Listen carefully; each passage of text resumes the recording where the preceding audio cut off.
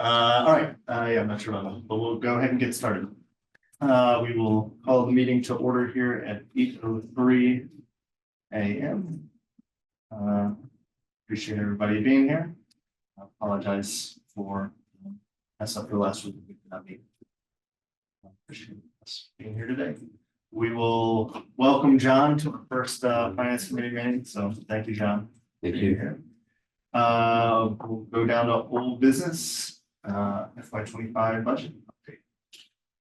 So before we start with Katie, I would like to say I'm really grateful to be at this meeting. I think these are incredibly important meetings. And want to thank the school committee and Katie for their work on the budget. And Katie and I met with the town side this past week with Nick and really received a very warm welcome.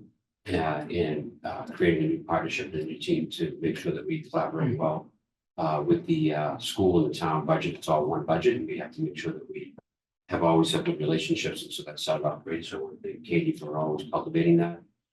Katie's been working very hard on FY25 to meet with every administrator who has spending authority to ensure that we're scrubbing every single encumbered number from that's not expended and moving into the general fund to support the FY25 closeout. So I would like to have her let us know on that. So thank you. Sure.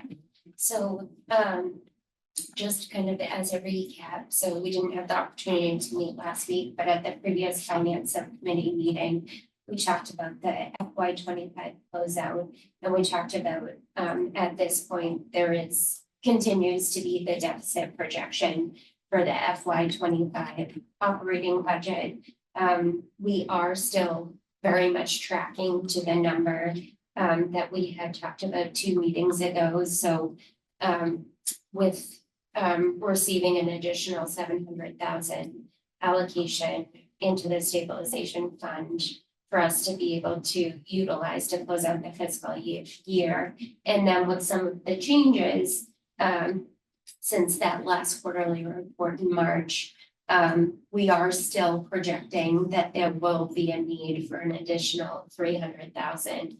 I think the number that we had talked about was 389,000 additional. So that would be 1,089,000 total of a deficit projection that we would need that stabilization money in order to close the books. We do have to. We can't close the year in a deficit, so we do need to work on ways to be able to balance the books at the end of the fiscal year. So we're actively working on making sure that we have a very accurate number, so we know exactly what the outstanding expenses are. So we can work very closely with the town to make sure that we can balance. As John had mentioned, working very closely with the principals and the department heads, specifically some of the areas that still are having some spending, although we have been operating under kind of a general purchasing and hiring freeze, is the athletic department, the facilities department, and special education. So we've been meeting with them on a pretty frequent basis, just so we know exactly what is outstanding, if there's anything that is not, any expenses that aren't memorialized in the system, making sure that we're memorializing them in some way. Because at this point in this school year, with only a week left of school and a few weeks left in the fiscal year, there really should be very little room for surprises. So working very hard on making sure that all of the expenses are memorialized accurately, also working very hard to make sure that all of the grants are expended in the way that they were appropriated and allocated to us. So making sure that we are receiving the money from the state, that money is coming in and that we're spending it in an appropriate way. So that's all of the work that's happening now. We've talked about it previously, how at this point in the fiscal year too, we are very much operating in 3 fiscal years. So closing out this year, preparing to open up fiscal year 26, And then the preliminary stages of working on setting the framework for building fiscal year 27. So that all of that work is either in process or has started. And I think it will be a lot of work, but we'll continue to do that with everyone's support, the leadership team and everyone in John's support. So that's the update on 25. I don't know if there's any specific questions that I can answer. Oh, the other thing I wanted to mention too, I put 2 supporting documents in the folder. A part of the fiscal year 25 closeout that we've been talking about has been the supplemental funding from the state for the circuit breaker reimbursement for transportation. There are 2 documents. It's 2 letters of advocacy that are in the finance subcommittee folder for your review. They are from a number of different associations, MASBO, MASC, MASS, and it really is just advocating for the state to come to a resolution with that supplemental funding, just urging them not to delay any further. And then just reiterating the need, because the need is not just a need specific to us here in Milton, the need is being felt statewide. So this provides some more context kind of at a state level around some of the escalating costs. We've talked about it, how it's impacted us here, but it's I think it is helpful at some points to see how it's impacting other communities as well. So that information is in there. And then the other letter, that there is one letter that's specific for fiscal year 25, and then there is another, the United for Our Future letter, just talks about some of the advocacy and some of the changes for fiscal year 26, because we know we do have some fund, the biggest piece of our funding is the funding that we have that was raised and appropriated by the taxpayers, but then there's also the funding at the state level. So this just provides some more information on some of the changes in the advocacy and hopefully some additional funding that we may potentially see at the state level. Have you heard any updates, whispers, anything about timing around, have they given any indication? So Nick conveyed to us when we met with him this week that he was at a meeting where they said that they felt confident that the money would arrive, but they didn't feel confident in the timeline. Mhm.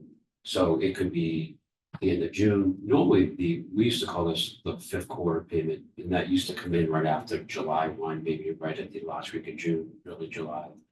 But it does put everybody in a precarious position because you're trying to close out so many different things and then that money comes in. So right now, if I'm saying it, remember it correctly, confident in it would happen, Mhm. not confident in the timeline, Mhm. because it is involved in other pieces of the state budget that are currently being negotiated and debated.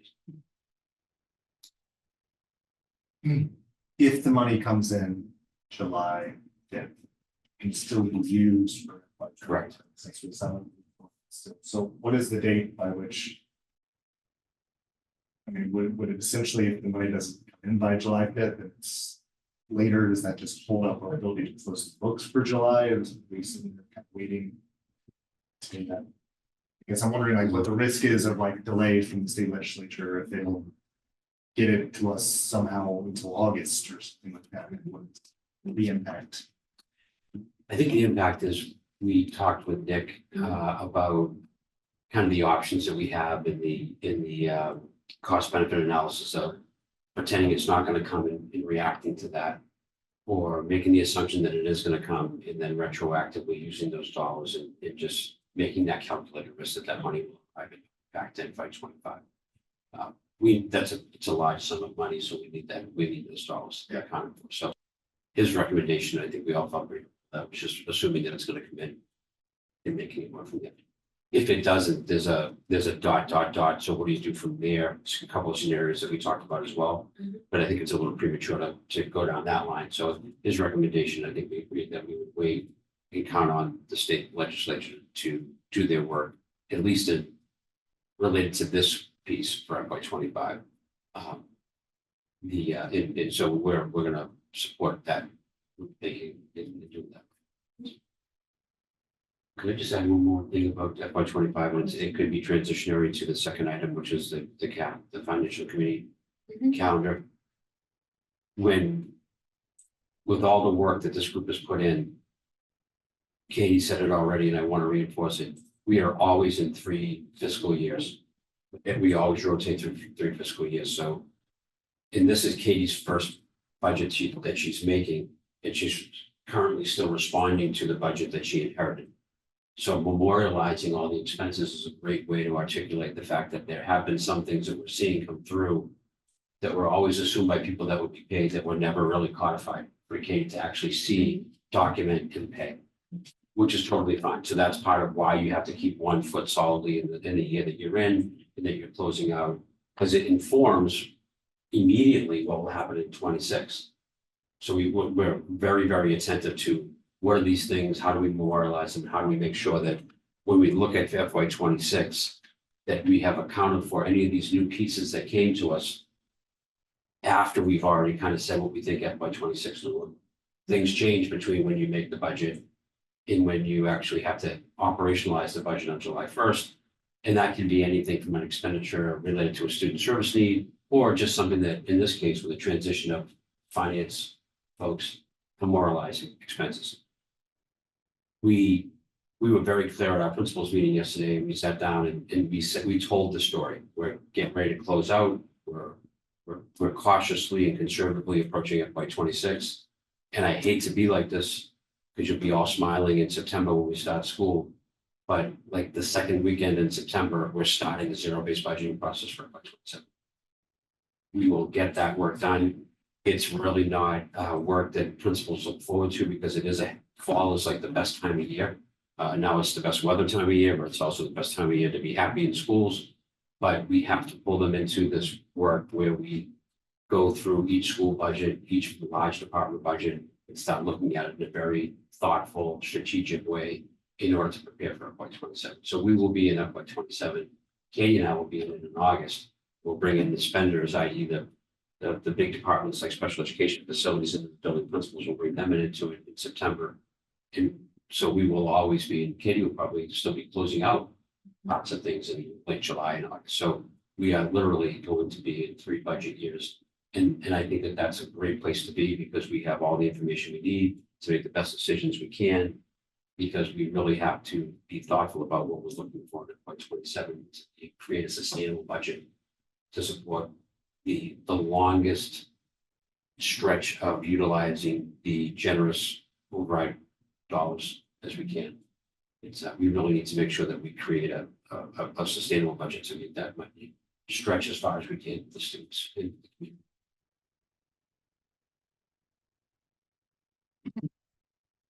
Any questions? I guess a lingering question I had was just going back to like the shift from the 700 to the $1 million, and what were the kind of unexpected drivers for that. I know before the rough stuff that you put together, and so some of the things were things we had talked about. You shared around stipends, substitute coverage, those things, foster transportation. The one question I had on that was the adjustments to salary encumbrances, which seem to be a large cost driver. I'm just wondering, like, what you have in parentheses there, like additional overtime payments. Like what in particular is that? And what is that driving?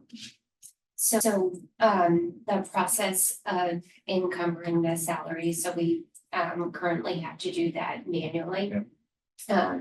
We don't have a way in our current payroll system or accounting system to do that systemically. So it's not like I can run a report and have those numbers generated based off of the information that's put into a system.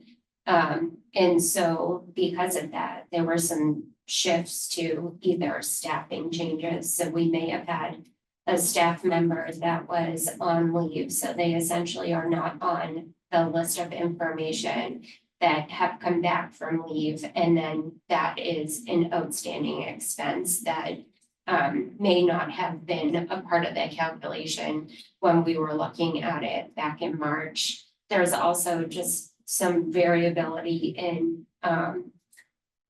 in addition to the salary pieces, which we know are the salary schedules are standard by the CBAs.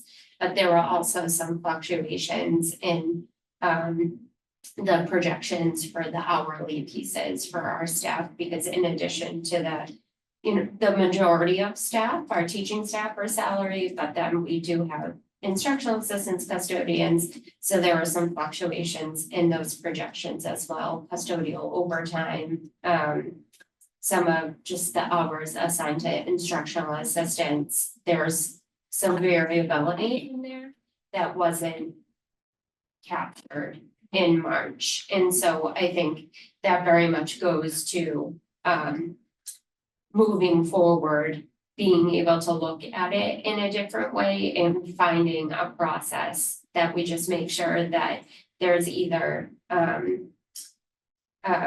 different way for us to try to capture those expenses, or even maybe project them a little bit more conservatively, knowing that in March, we still have several months left of the school year to operate in. So just a few changes that we were seeing there. The $100,000 number does seem significant, but the overall budget is $67 million. So it is kind of a small, and the salary budget is $50-something million. So I think we will see fluctuations. That's throughout the course of the year. Things change, there's staffing changes. So the fluctuations are somewhat normal. The piece for this year that was difficult is that we weren't capturing those fluctuations within the boundaries of the budget that was appropriated to us. We already knew we were in excess of the budget for fiscal year 25. So it was really just trying to nail down what that number was, and it wasn't 100% accurate. Yeah. Are there, and maybe this is tied to the best practices consultants out kind of like the system would be helpful, but are there things that you should be thinking about or pushing for next year as it relates to to provide greater insight into doing these kind of salary projections, things like that, really helpful. I understand $100,000 on a $50 million budget is a small piece, but it's $100,000 on the $300,000 projected change, right? Which is obviously I've been working harder than any other person in this entire town to try and manage that and shrink that. So just whatever insight we can have to provide y'all better systems to control that or see that. So if you don't mind, some of these systems aren't really, some of the systems that could help could be non-finance director based and more HR based. So we've been without a human resources director. So if an aide, for example, at one of the schools is needed to now come in a half hour a day earlier to get someone off a van or support a function, then there should be a letter that is dispensed to that employee that says you now go from 32 hours a week to 34 hours a week. That goes in their file, that gets CC'd to Katie, that gets CC'd to payroll, and then Katie does the finance projection part of that. Payroll will update the salary part of that. And then we're all clear on what's moving during the year. And so that kind of documentation and communication internally would then allow for Katie to have more information in March when she's thinking about what that number could look like in June. Do you know what I mean? Those are the small pieces, and they add up. And so that's one way. It's not in Katie's wheelhouse, but in the human resources wheelhouse, to be able to be better at having that clear communication of when your FTE changes, we make that change, even for hourly. Because the OT piece is always kind of expected. There's an OT line somewhere that represents and captures that. So having been here for 7 days in 1 hour, it's really apparent that the HR function has been neglected. And it's really bearing challenging fruit to go back and deal with personnel cases that we have to deal with. Communication between HR and finance is essential because that's 80% of our budget when the city moves there. Capturing people coming off leave, what their sub made, what that new teacher makes, all those things are incrementally. When a teacher comes back from leave and then they kick in their raise from when they didn't get it yet, so their salary is at a different level when they come back after maternity. That number then gets accumulated over 7 paychecks, and all of a sudden there's $8,000. You have 8 of them. Now you're at $56,000. Do you know what I mean? Right? In the ballpark. Yes. So this is where it's really essential to get HR functions up and running, solidify them in a way that I think have been worn down over time. That will definitely feed into the accountability structure. And we're saying to, when someone says, oh, we need a 0.1 to cover that thing. There is no 0.1 to cover that thing. We have to find it within the budget that we have. So we're really going to focus on staying within the financial, means that we have next year. But HR will be a big piece of making that a healthier, clearer process. Any other questions? So from a more of a system standpoint, I guess, so I know that I think the HR, do we share is it like town-wide software?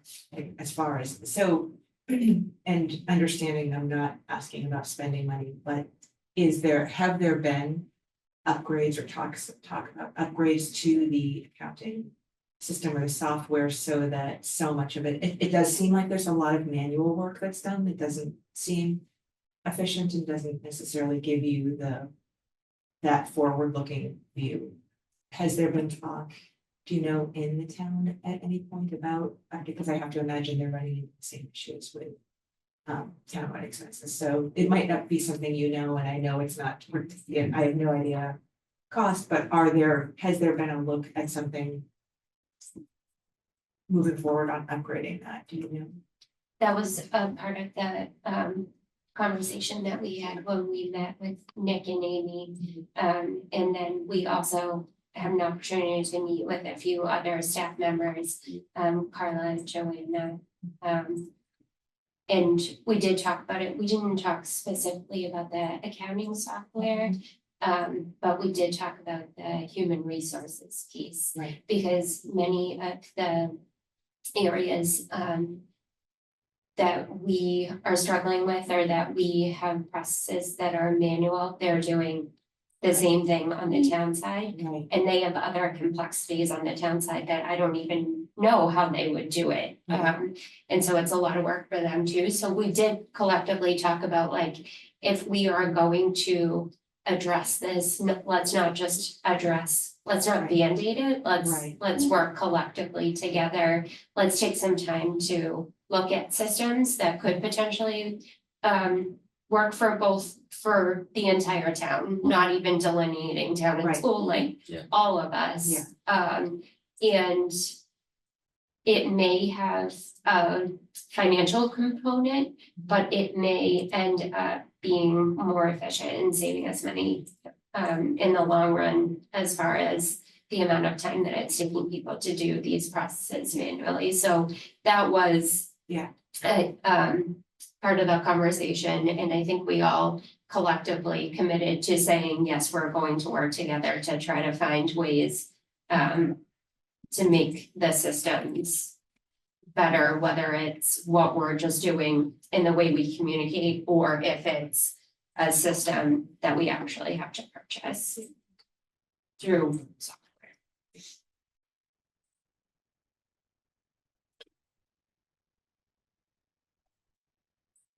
Anything else on the FY25 budget? We'll jump down. Next item, the FY26 draft finance committee calendar. It was in the old last meeting doc, but I moved it into the current meeting doc. I think generally just talking through, again, really appreciate Katie, how you put this together for us last year. I think generally the my sense of the structure was working, feeling pretty good until things got a bit crazy with the dealing with the current projected deficit and obviously the override stuff, all that kind of threw us off once we hit the new calendar year. But yeah, we'd love to hear folks' thoughts on like what if there are additional things we felt like didn't go well that we want to see more of. So we have in here like the recasting in the operating budgets. Doing that over the summer. Would be great. Process improvements people want to discuss. I think the only thing that, and I think I mentioned this before, and I'd be curious how you've done it, how you previously did it in Belmont, and then you've talked a bit about it. I think it's the question of, is there a place where, and then obviously staying within our lane, but is there the opportunity for us to have an earlier view into maybe the whys for the asks? Do you know what I mean? So if you're coming, however, the budgets are coming forward and they're the sort of, you were talking about the sort of to a degree that zero based or that, you know, there's the level, the service that we need, and then what are the positions that we need to carry forward? Having the opportunity to hear about that or hear more about that earlier as opposed to maybe just the budget coming in as a budget presentation. And so again, does it give you the opportunity? Obviously, we're not challenging any of it. It's more the opportunity to ask the whys. I think that would be, for me, I think personally would be helpful, especially if I think I'm just more of like an information gatherer. And if I know some of that moving forward, especially I think that if we're looking at not necessarily changes to practice, but just, I think we're all sort of coming in and saying, all right, reset, right? And so if that is, well, if that's the approach that we're taking, is there the opportunity for us to just have an earlier view or a broader view with maybe, I don't know if it's more constituents or just that opportunity for that? So I think the answer is yes. Sorry. Especially in the and this is really not a finance director led part of the work.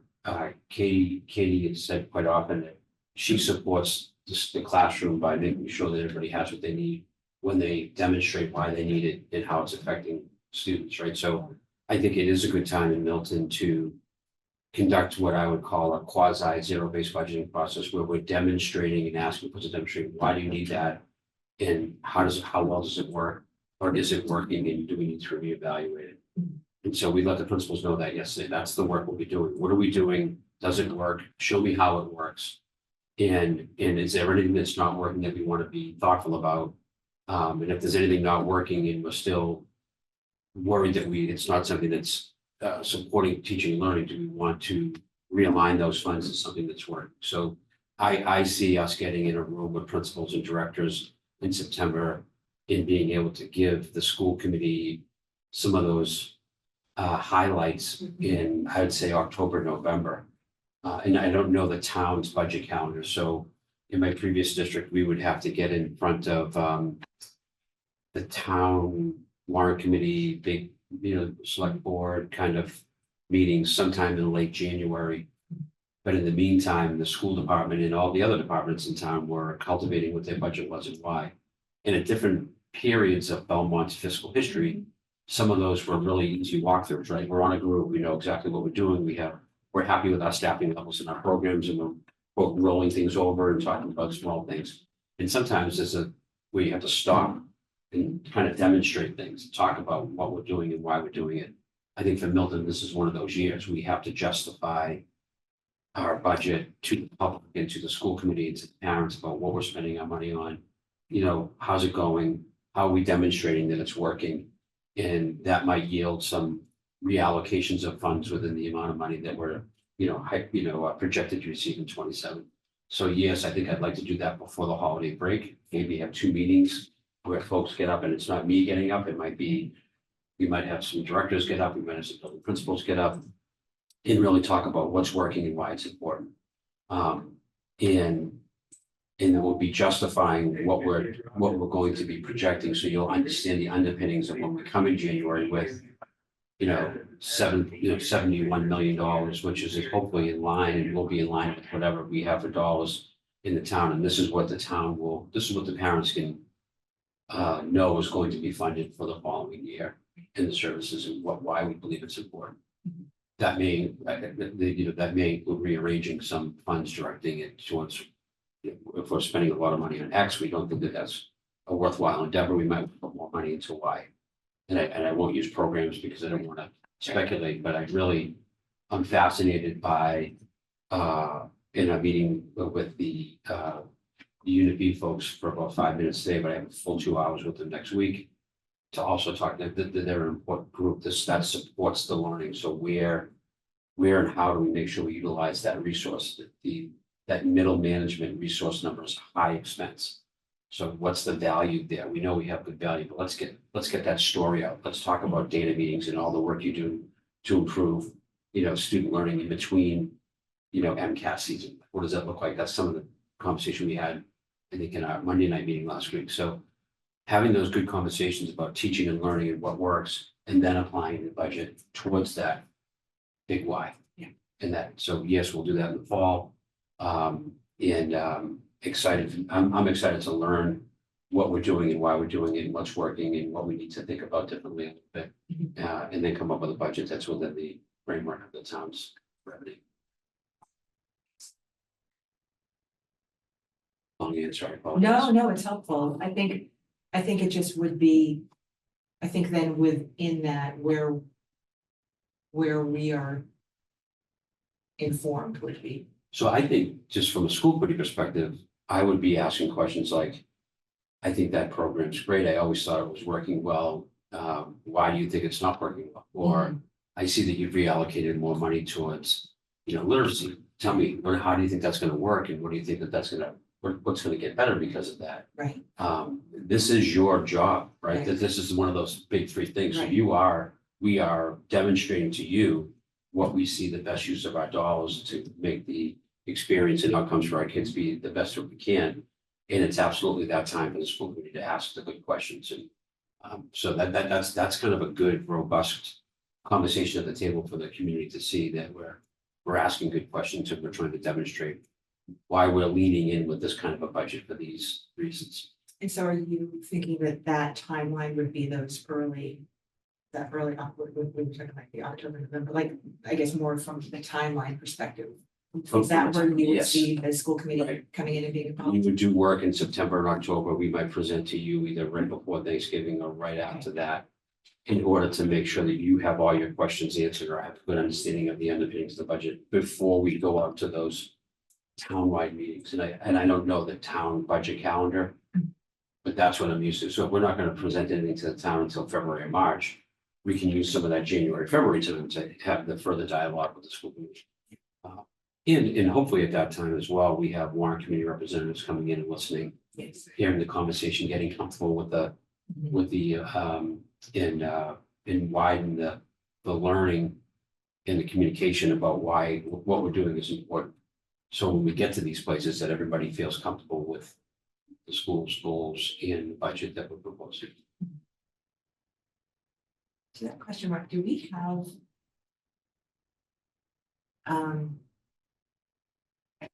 budget? I know we were doing budget meetings, like we did that, but have we? I'm trying to remember if historically we've done it, or did we only do it this year because? So the select board meeting, No, I just mean, like we had the public, public budget. I've only done 2 of these, but I we don't remember. it's the public budget meeting, which is the again, January, whenever it was, I had a school committee meeting that Right. essentially Okay. checks that box. We did Okay. not, prior to last year, do any meetings at, schools or anywhere else within town. to present the budget.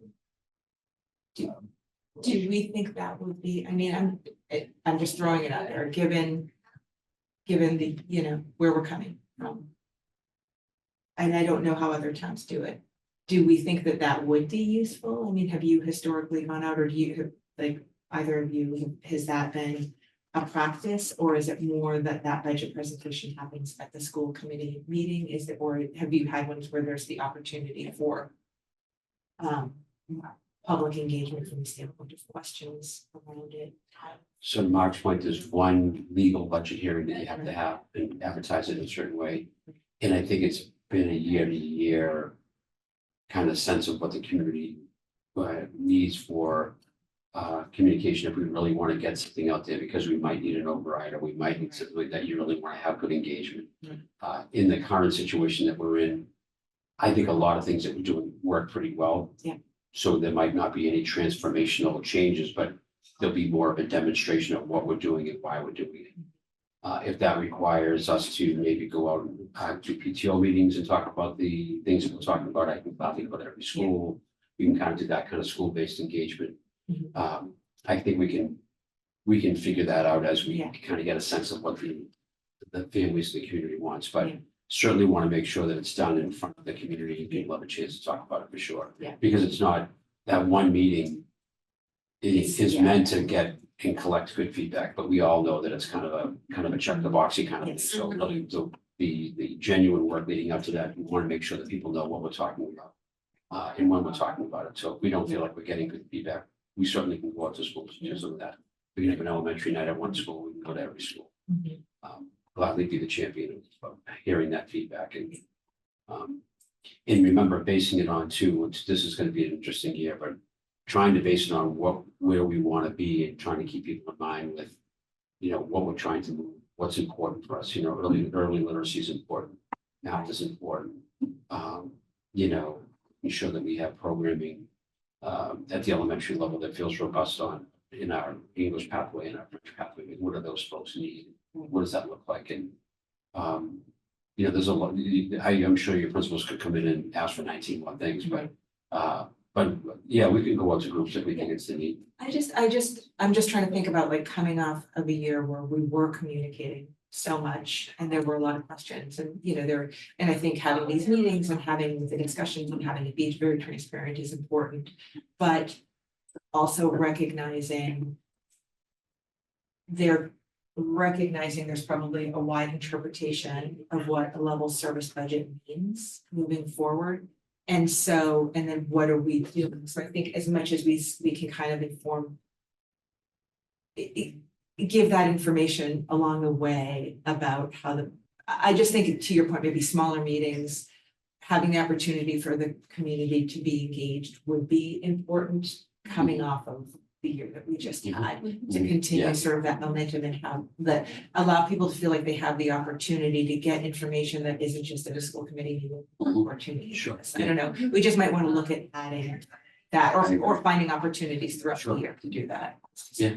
A piece of it from my kind of standpoint after kind of experiencing this year or two, I think there's a piece of engagement with the site councils. Yeah. I think that is a part of the work that the site councils are not Yes, responsible for, but yeah, engaged in. yeah. And so I think being able to work with the site councils Yes. during that time frame in the fall of talking about, like, this is as a member of the site council, you do have the opportunity to talk about the budget and working with them. So we didn't do as much of that last year, but I think that hopefully next year we can expand on that work. Cause I think, to your point, sorry, I don't want to get off No, on no, a tangent, but I know that we've had discussions about, like, site council presentations, and I think that might then also inform the presentations or what they're thinking about Sure. moving forward, and if they do have a lens into the budget.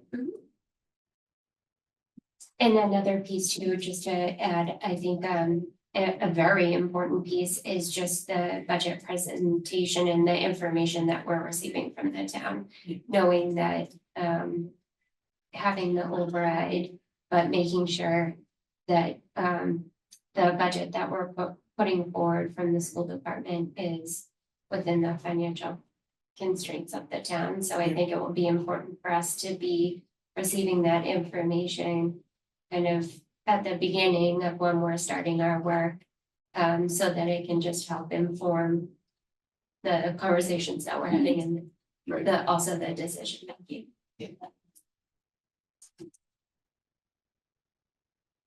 So Amanda, I agree with you. I'm just trying to envision what the year looks like. Yeah. And so I think generally it looks like for FY 27 that we are getting internal stakeholders together to demonstrate their needs from a very, very zero-based manner, why, not just rollover information, but just why do you need that? Let's really get down to brass tacks about starting from scratch. And then really having a way, and we'll have to figure out a way in September and October to articulate the major themes of what we feel are important and why we need the funding.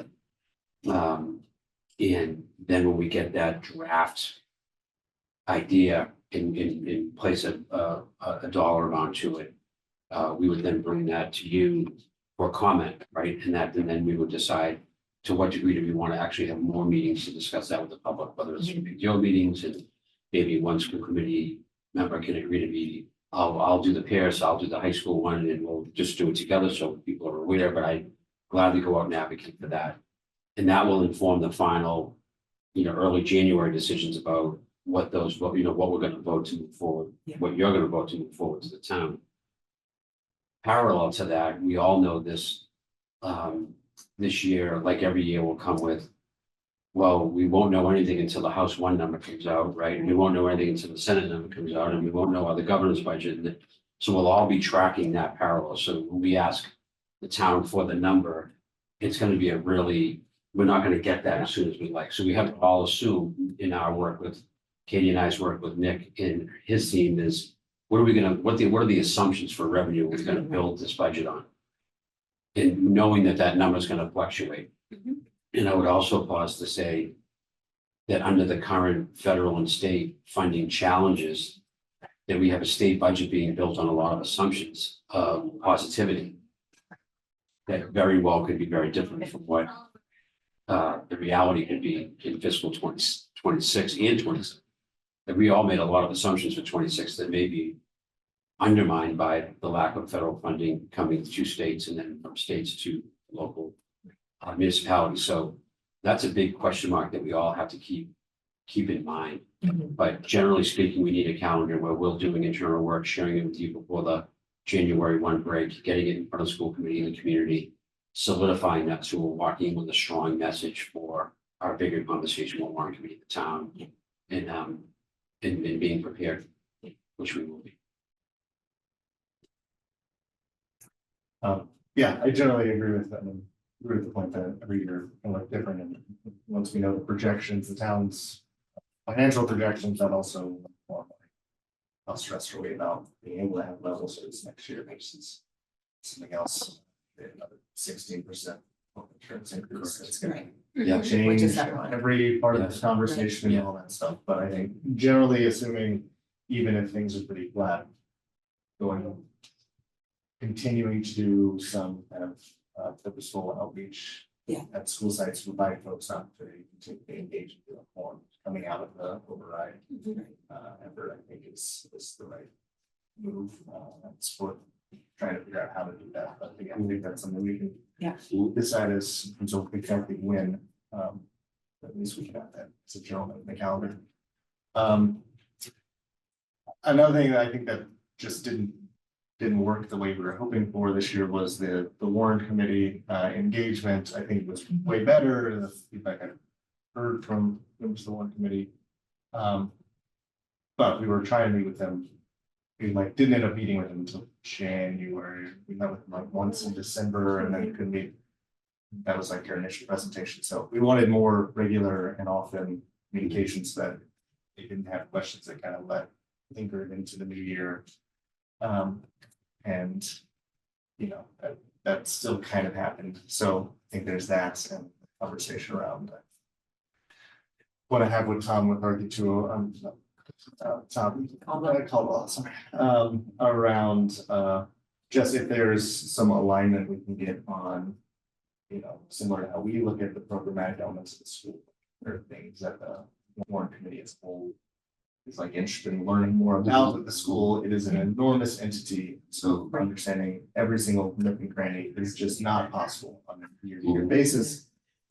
Are there particular things that they want to focus on that we can align on kind of early and help do all the learning and support that Katie has done to help kind of guide them through that versus, you know, those things kind of coming up in March when it's like, well, it feels. So we used to do what we would call a circuit breaker 101 course. For members of the warrant committee that were connected directly to school committee or school budget. And just walk through how that flow of, you know, IDEA, circuit breaker, general fund money all contributes to this evolving budget. That's really hard to explain. So like that's an area. Sometimes people want to know about how revolving accounts work, how grants work, or you know, the different questions that you get every year that, to your point, Mark, stop the meeting in March to have to go deep into something that then derails the bigger conversation about this is the budget that we're trying to put forward. So gladly connect with warrant committee. Either, I'm assuming there might be a warrant committee liaison to the school department of the school committee. Is that how that works? They have a committee, that's the way it has worked, so. I would almost work with, yeah, but I almost wonder if you work with Tom or who the chair is going to be to, like, early on, to set that. You know, I mean, that was another question I had to, you know, I think they have similar challenges to what we have with our committees too, and, you know, points that members have brought up, which is like how much of the learning that the subcommittee is gaining from joining these meetings and talking to Katie and learning from Katie, how much of that is transferring to all the other members who are at that meeting in March. And so is there enough interest in the school budget, because it's such a big thing that like really we should be going to the full committee to share these things rather than have these like one-off presentations to 5 members. Let's do it to the full 15 member, I forget how many people on our warrant committee, but like, just because it does feel like we are educated. Some folks are extremely well educated and still have questions because it's so complicated, but some folks, the first time they're really hearing about it is this like March meetings where they're asking all the questions that we feel like we answered previously, but hasn't quite gotten across from the subcommittee.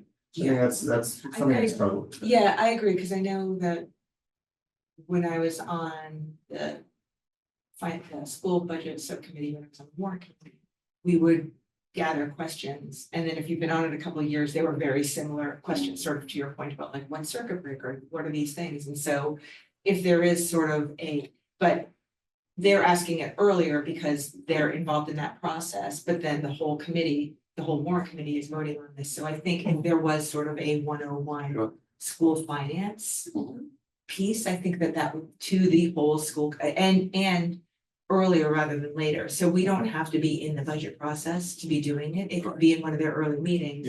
Yeah. So that then as whoever is on the committee is hearing it, they are informed, everybody's coming in with that same level of knowledge, and they can take the time to then be immersed in the issues at hand. And if there are specific questions around that, as opposed to the process and the what's and whys, there's that. I think the other thing I might add, and I think I have some, and maybe you do as well, is maybe looking back at some of the questions we've gotten over the past few years and say, are there consistent questions that fall outside of that budget 101 that are maybe consistent Milton specific questions that it's like almost like an FAQ, the way that you did it earlier around the budget, that might be helpful as well. That's a great idea. I thought it was helpful for us because we did at the start of the year, it seems like it was a million years ago, but at the start of the year, we did go to the warrant committee meeting and we provided them with the FAQ document. So we had put together just the frequently asked questions around circuit breaker and some of the other more like general school finance. And we had also provided some of the more strategic like implementation plan information. But I think to your point, Amanda, if we more base the FAQ and the information that we're sharing around some of the questions that we've received in the past, then maybe that would be able to provide enough information at the beginning. Because some of the questions were certainly like programmatic questions, not necessarily school finance questions. So I think building that somewhere in the town. With the warrant, like a presentation to the warrant committee, separate from a budget presentation. Committee. Yeah, and again, to your point, we kind of did that. We did, but yeah. getting Into maybe a greater extent of like doing an actual presentation, because I think Yeah. that goal was like, how do we align on timeline? Process with the warrant committee was, I think, our goal. Out of that, and I think we can do more of like the. And you're saying that doesn't necessarily, because it's gonna be so early, it doesn't necessarily have to be FY 27 specifics as much as it's general theme. Correct. Yeah, related. It's So almost we like could- if- We could do that in September. Right. Yeah. Just- Exactly, an informational Yeah, session perfect. as opposed to, yeah. That's great. And it could be as soon, whatever one of their early meetings are. I know that they form, then I don't know when they form a new committee and then they meet, but maybe it's one of their early Sure. fall planning That's meetings. Mhm.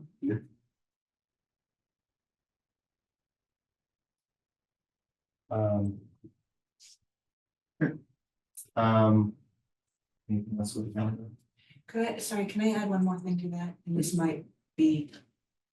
It might not make sense, but I'm going to ask it anyway. Recognizing that similarly, there are new select board members every year. Is there any similar presentation that would be done or shared or that Nick does? I mean, that might be out of the realm. I just don't. Or is there something that we, even if it's not a presentation, that we, whatever we present, we Support pass it. along as supporting documentation for the select board to know? I just think, people come in and they have a different area, and I know the select board is responsible for so many things. There's wide ranging, but they are. The budget, it does come before them, so maybe having an understanding of. Circuit breaker and all Yeah. of that's just maybe reaching out to Ben Mhm. and seeing if that would be helpful, or Nick, or working with Nick. I don't know, just So I if more think that, information is better. yeah, I think, I agree. Everybody, being able to understand as much as they can about how the budget is, the components of the budget, and then how we're going to be forming it. And there won't be any big transformational changes next year, as much as there'll be justifications of what we're doing and why. Right, And maybe some slight, but this is not one of those years where we have to worry about getting the word out and getting advocacy, right? However, to your point, I think the relationship that we have with Nick and his team that Katie has developed and you guys have developed, we'll take care of that on the internal side, right? So we'll talk to him about what do you think the select board needs? Yeah. We are planning on wanting to get in front of the warrant committee early. We're gonna, explaining what we're talking about today is all good work. Letting Nick know how he wants to kind of overlap with that for us, so we can make sure that the select board is aware. Yeah. All that is absolutely partnering with the town to make sure that all the right people have all their questions answered, hopefully in a way that makes this process yield a very smooth understanding of what we're doing and why we're doing it. And we're lucky to be able to have the situation where we're explaining what we're doing in order to justify the funds that we're expending, as opposed to having to justify what we're doing in order to get more money, right, or, you know what I mean, like that. yes. So it's a different setting, but it's still an important one coming off the end. Yeah, yeah. So I think between just our team internally with Nick and his team, we'll kind of figure out a sequence of meetings to have to educate folks. One thought I just had on the calendar is, I don't know if it would make sense to just make a reference to the school committee retreat that happens over the summer. It's not specific to the budget, but I just think should we mention it as a way to say that's time where we collectively are just aligning on thoughts for that coming year? I can.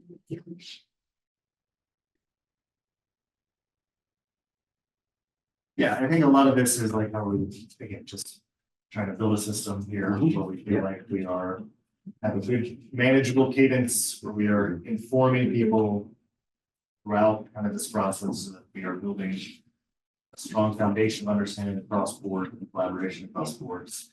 So that when we have needs, that's not the time where we're like rushing to kind of develop those things, right? I'm like, I live it this year, we're like, there were all this, and it's fun with stress. It's already being established, and people feeling about it. So. Great, I do want to be mindful of time. Discussion of townwide finance committee, next item, I dropped in the committee, folder, the charge that Nick sent over, so that is there for folks to read. We kind of developed a proposed charge for the committee. I was looking for some feedback. It's mostly what we've discussed. The one thing that I know they talked about at select board meeting, we have not talked about it here, is the addition of the planning board member. The logic of that from watching the select board meeting and speaking for them, I guess, is was that planning board's work has big implications for financial earnings of the town, right? So many things affect. So having them be mindful of the budget hopes for better collaboration. I don't personally totally align with that. I don't necessarily see the value of having one planning board member to be on that and what that will contribute. I don't necessarily think that harm the conversation, the information sharing between the select board and school committee and warrant committee by having a board member at the meeting. I just don't necessarily think it will have much to contribute. But that would be my only looking at this, like when share pushback. The select board feels strong about I would agree, only because the warrant committee's job is essentially, you know, in other towns they're called the finance committee, right? So the warrant committee weighs in on that. The school committee, there's budget responsibility. The select board, there's budget responsibility. I feel like a lot of what we're talking about has to do with budget and finance. And so while I think the planning board, there's impact and there's long range. I think on a day-to-day, I don't know from like if it's sharing and reporting, I'm not sure what their role would be with that. Yeah. I mean, especially if this is again, it's not, yeah. we're not creating policy, we're not doing anything like that. I think it's a time to check in. I would not to put it this way, like I would hate to waste their time. I don't know that there would be a lot for them to add on a day on a Yeah. ongoing basis, and I don't know that I see the value in it. I think so. I can share that with Nick. I still feel strongly I want to have it. Yeah, it's not, Did y'all have any okay, were you able to look at it? Did you have any concerns? You're fine. No.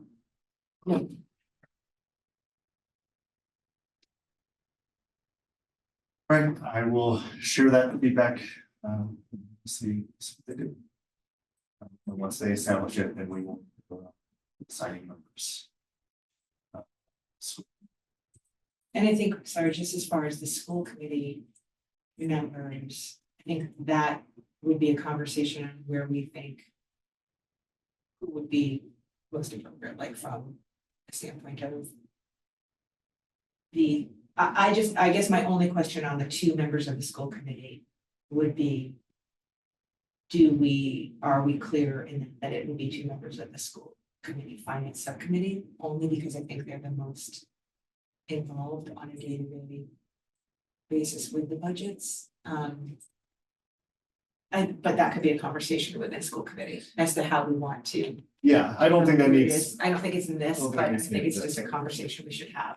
Yeah. But yeah, as a structure, I agree with this.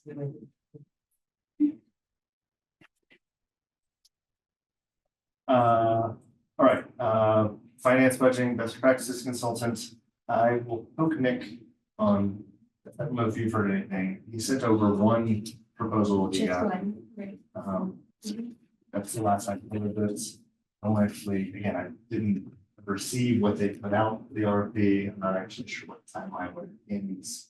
So little, I'm unprepared to share much information on this, but just keeping it on the agenda, I will check in with Nick to see how it stands and also get some clarity on timelines. I think it would be helpful. If he wants feedback from us, that we get kind of a full slate of the proposals that are offered, sure that committee members, when we talk about that here. Just then be able to kind of collectively get feedback. All right. Review of, I know we're at 9:03, so be mindful of time. We have new business review of MPS grant manuals. Katie, you put some of this isn't really the grant manuals piece, right? This is more the finance reporting structure. Mhm. So the grant manuals will table finance report structure. You put some links. Thank you so much for doing that. And two of these are links in the agenda. Two of these are related to school committee policies themselves, talk about financial oversights and the MASC.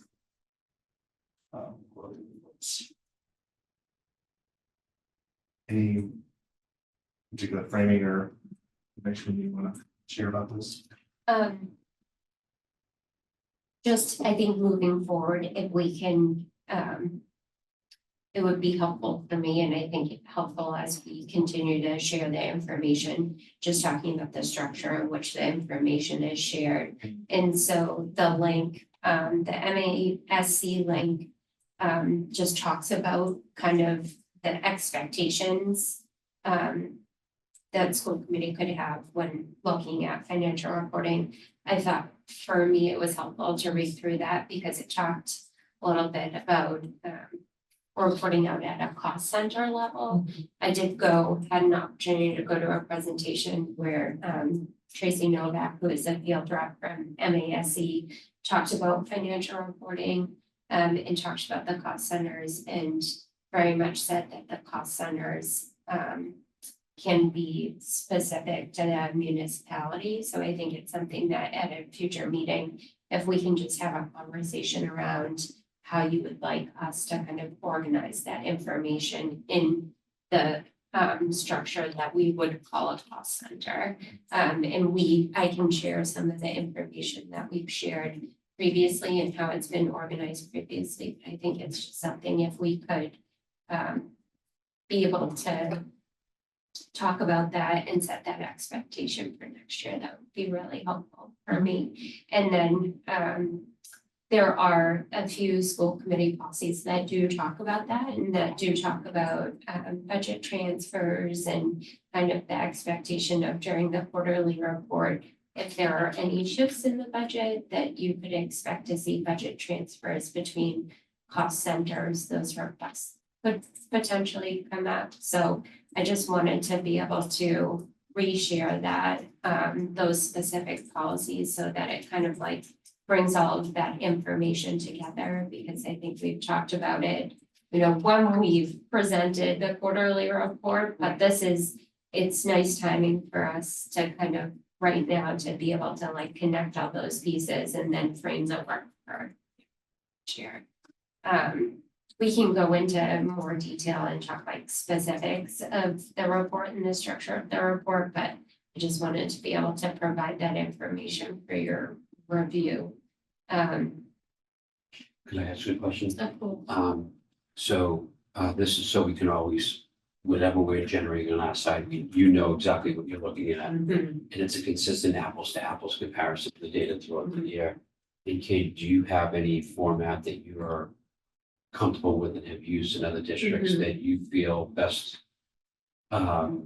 balances what school committee should really know and understand on a regular basis and is user friendly through all the different pieces you have? So if you want to present a model of that, so we can actually maybe getting your model as part of the initial presentation of this is how I am comfortable being, you're comfortable with presenting this information. How does the school committee feel about that? What's missing, what's clear, what's not clear, and how do we, because I want to make sure that whatever process that was, the two goals were the school committee has a very clear understanding of the cost centers.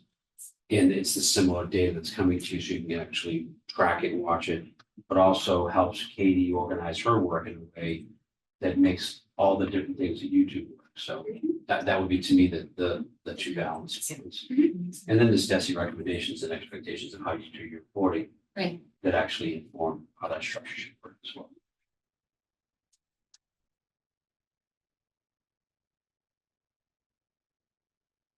Yeah, I think, I don't know if we do have a meeting scheduled for next week, so I don't know if next week makes sense, or we should push that. But I think, yeah, pulling, I think Nathan's input on this would be really helpful as the new committee member, so we'll make sure there's a meeting attend and weigh in on, so that we're all three of us aligned. I think it'd be helpful, I can share like P&L statements and things like that, that we look at our own finance stuff that might be helpful. I think also maybe putting in the next floor whenever we talk about this, the examples of the a couple different reports that we look at, obviously a full detail report, which is 8 lines, all the lines, and then the like more higher level things. So that's all the finance committee meeting, especially Nathan, you see like what has been received previously, and then like the level of detail that is okay. We feel like missing or be helpful to add to one or to the other to make that more clear, but obviously with the understanding that this is also for you or reasonable for you to put together and not undering anything. So you will put back on that if there's anything. Yeah, I think it's not that the word reasonable is helpful because Yeah. well, one can give a Yeah. plate, right? So the amount of information, once we know what the report looks like, then that's easy, right? But Yeah. they're just a small team in the business office. Yeah. We want to be mindful of.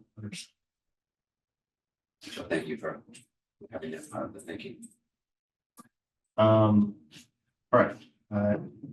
So just I guess generally, is that something we want to put on the agenda for next week, assuming that maybe next Wednesday's meeting looks like we're going to. Sure. Yes. Great. Anything else on that? Okay, apologies that we are over on time. Lost our other two committee members. So, vote on meeting minutes. Are you prepared to vote? Nathan wasn't going to vote on these anyways. Yep. I agree. Okay, so I will make a motion to approve the finance committee meeting minutes for April 9th, April 14th, April 30th, May 12th, May 28th. Second. All in favor? That's it. Then I will make a motion to adjourn. Second. All in favor? Thank you so much. Thank you. Thank you, everyone. Thanks. Thank you.